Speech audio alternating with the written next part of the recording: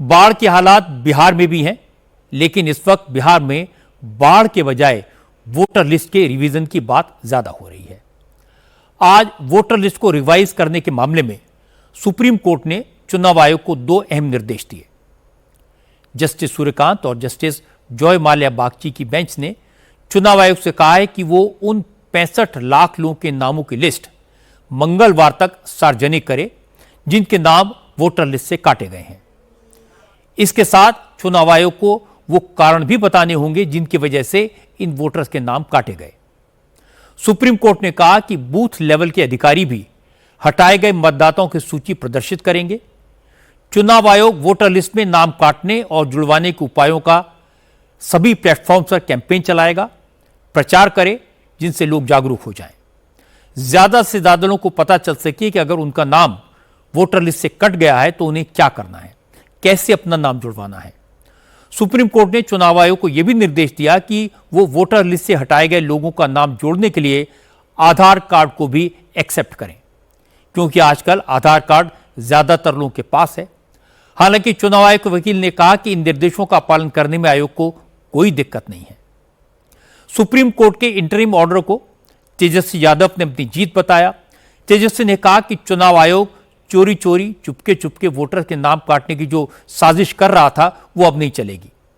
Election commission जो छुपाना चाह रहा था वो सब उजागर करना पड़ेगा। सुप्रीम कोर्ट का इंटरिम फैसला जो आया है, आज उस इंटरिम ऑर्डर में हम कह सकते हैं कि आज लोकतंत्र की जो है जीत हुई है। और जो फैसला सुप्रीम कोर्ट ने जो दिया है, जो हम लोग लगातार मांग करते रहे हैं एसआईआर के प्रोसेस को लेकर के, आज हमारी मांगों पर सुप्रीम कोर्ट ने जो है मोहर लगाने का काम किया है।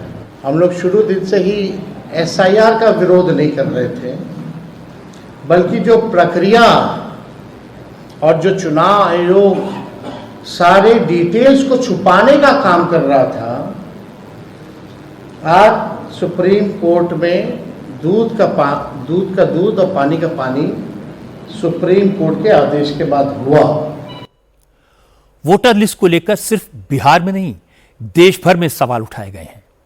सिर्फ कांग्रेस ने नहीं, बीजेपी ने भी सवाल उठाए हैं। अब सवाल है, क्या वोटर लिस्ट में वाकई में खामियां हैं?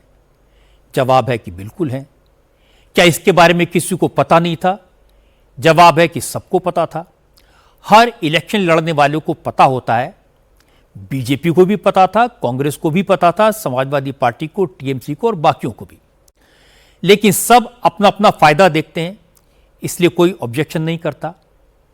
राहुल गांधी को शायद पहली बार पता चला, ये उन्हें अजूबा लगा। उन्हें लगा उन्होंने कोई बड़ा भारी सीक्रेट आउट कर दिया, पर वो सीक्रेट न था न है।